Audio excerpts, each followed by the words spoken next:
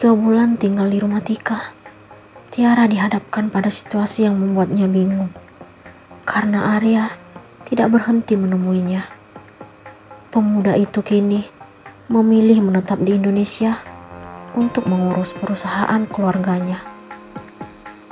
5 tahun berdomisili di negeri orang membuat Arya jenuh.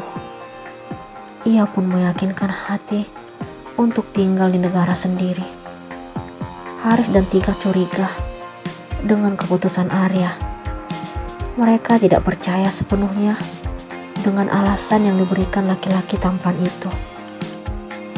Semenjak bertemu Tiara, Arya tidak mampu menghapus bayangan wanita tersebut. Tika dan Haris sudah menjelaskan status Tiara yang sebenarnya. Tetapi Arya tetap tidak berhenti mendekati adik ipar dari kakak sepupunya itu. Arya bahkan sering berkata kalau dirinya ingin membantu beban yang Tiara hadapi saat ini. Ia berusaha mendekati wanita itu dan berharap diterima sebagai seseorang yang mampu mengobati lukanya. Akan tetapi, usaha Arya tetap sia-sia. Selama 3 bulan ini, Tiara bahkan tidak ingin memberikan kesempatan kepada Arya untuk berbicara dengannya. Jika laki-laki itu berkunjung ke rumah Tika, Tiara dengan sengaja langsung menghindar dan menjauh. Tiara tidak memberikan harapan sedikit pun kepada Arya untuk mendekatinya.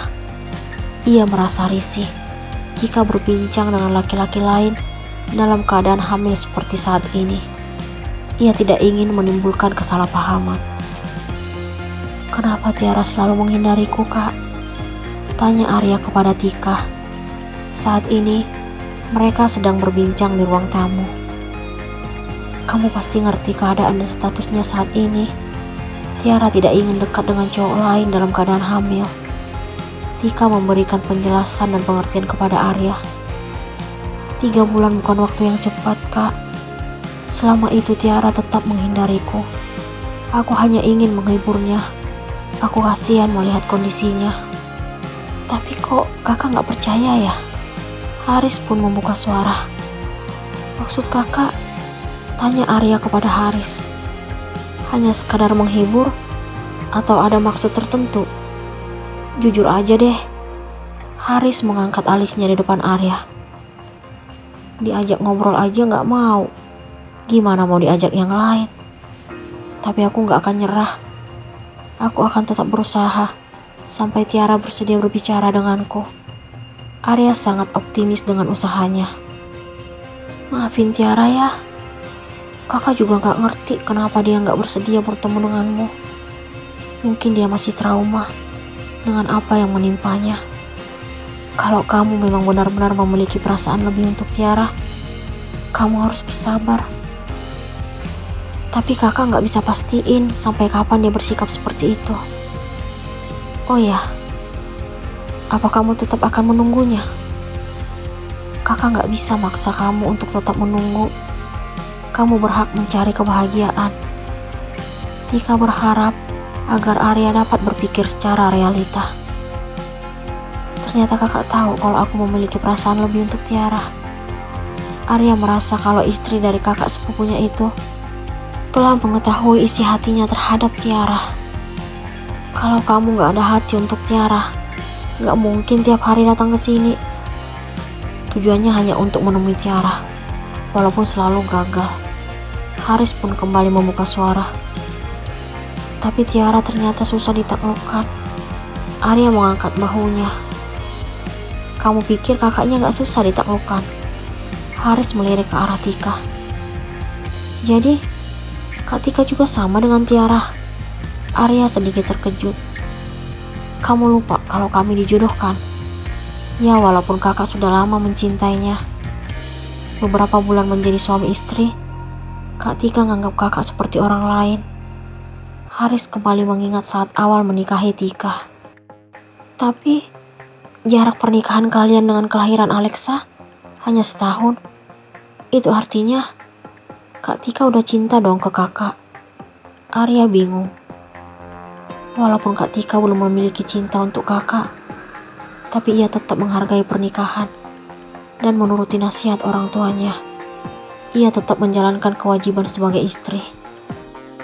Oh, begitu toh kisahnya. Arya mengembangkan senyuman. Udah dong mas, jangan ingatkan aku tentang itu. Saat itu aku belum mampu membuka hati untukmu. Tika memegang lengan Haris. Arya terharu mendengar cerita perjalanan kisah Haris dan Tika. Ia pun berharap bahwa suatu saat nanti Tiara bersedia membuka hati agar dapat mengerti perasaan yang ia miliki untuk wanita itu. Ia benar-benar telah jatuh hati kepadanya.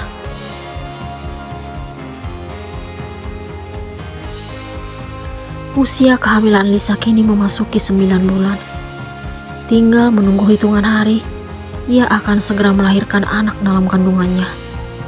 Melihat perut Lisa yang sudah membesar, Bayu sangat bahagia. Bayu merasa akan segera menjadi seorang ayah. Kehadiran anak dalam kandungan Lisa sudah lama ia nantikan. Ia makin bersyukur karena menganggap Lisa sebagai wanita istimewa, karena akan melahirkan penerus untuk keluarganya.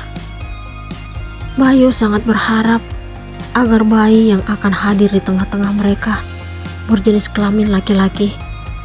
Ia dan Lisa sengaja tidak melakukan USG karena kelahiran penerus keluarga yang sudah lama dinantikan menjadi kejutan untuk mereka. Rasanya udah gak sabar menunggu kelahiran anak kita, sayang. Bayu mengusap-usap perut besar Lisa lalu menciumnya. Iya mas, aku juga. Lisa mengembangkan senyumnya. Aku berharap anak kita cowok. Dia akan menjadi penerus dalam keluarga kita. Dari dulu, Mami ingin punya cucu cowok dariku. Harapan itu Bayu sampaikan kepada Lisa. Kalau anak kita cewek, gimana? Apakah dia tidak akan menjadi penerus? Lisa sedikit kesal mendengar harapan Bayu. Tetap jadi penerus dong sayang. Dia anakku, darah dagingku.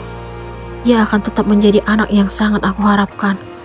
Sudah lama aku menantikan kehadirannya. Bayu mendaratkan kecupan di dahi Lisa. Lisa sangat lega dan terharu dengan apa yang Bayu katakan. Namun, ia juga takut dan khawatir dengan ancaman yang Dani berikan 2 minggu yang lalu melalui telepon. Sebentar lagi anakku akan lahir. Kamu harus ingat kalau aku akan mengambil hakku. Dani menyampaikan niatnya itu kepada Lisa. Aku gak akan biarkan kamu mengambil anakku. Lisa tetap bersikuku untuk mempertahankan anaknya. Dia ada karena aku. Dia darah dagingku. Aku mengharapkan kehadirannya. Tapi aku tidak akan membiarkanmu melakukan itu. Ini anakku dan Mas Bayu. Pede banget kamu mengakui dia sebagai anak suamimu. Sudah sangat jelas kamu mengandung anakku. Lisa, kamu pikir aku bodoh? Lisa saat itu langsung mengakhiri panggilan karena tidak sanggup mendengar apa yang Dani katakan. Ia tidak ikhlas jika Dani mengambil anaknya karena baginya, bayi tersebut merupakan anugerah terindah yang membuatnya menjadi ratu di istana milik Bayu. Lisa tidak kuasa membayangkan kalau sampai dirinya kehilangan apa yang telah ia raih saat ini. Semua kemewahan yang ia nikmati telah membawanya menjadi seseorang yang takut akan kemiskinan. Ia tidak ingin kembali susah lagi seperti sebelum menikah dengan Bayu. Walaupun dulu Dani selalu memenuhi kebutuhan Lisa, tetapi semua itu tidak sebanding dengan apa yang ia dapatkan sekarang dari Bayu. Kekayaan Dani masih kalah jauh dari apa yang Bayu miliki. Oleh karena itu, ia tetap ingin mempertahankan sang suami daripada mantan kekasih. Kamu kenapa sayang? Tiba-tiba kok bengong? Bayu menyadari sikap Lisa yang tiba-tiba terdiam. Gak apa-apa mas. Lisa tetap mengelak. Kamu deg-degan ya, menantikan saat-saat melahirkan nanti. Iya mas. Lisa kembali berbohong. Padahal saat ini yang membuat dirinya takut adalah ancaman Dani. Jangan terlalu dipikirin sayang. Harus optimis dan berani demi anak kita. Bayu meraih jemari Lisa, lalu menciumnya. Perhatian dan kasih sayang yang Bayu tunjukkan membuat Lisa tidak mampu berpaling darinya. Ia takut dan tidak dapat membayangkan hidupnya seperti apa kalau sampai berpisah dengan Bayu. Ia kini berpikir keras untuk memikirkan cara agar Dani tidak mengganggu hidupnya lagi. Tiba-tiba, Lisa mengingat adik sepupunya yang sangat gemar main lotre dan malas bekerja.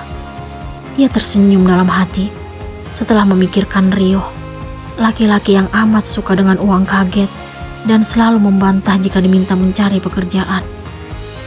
Rio adalah adik sepupu Lisa yang tidak pernah berusaha mencari pekerjaan. Ia bahkan dengan bangga menumpang hidup di rumah mertuanya. Angan dan hayalannya sangat tinggi, ingin menjadi orang kaya dari hasil lotre. Namun kenyataannya laki-laki itu justru dihadapkan pada utang yang kian banyak. Rio sering meminjam uang kepada teman-temannya untuk memasang lotre. Ia tetap yakin kalau suatu saat nanti pasti bisa mendapatkan apa yang ia inginkan.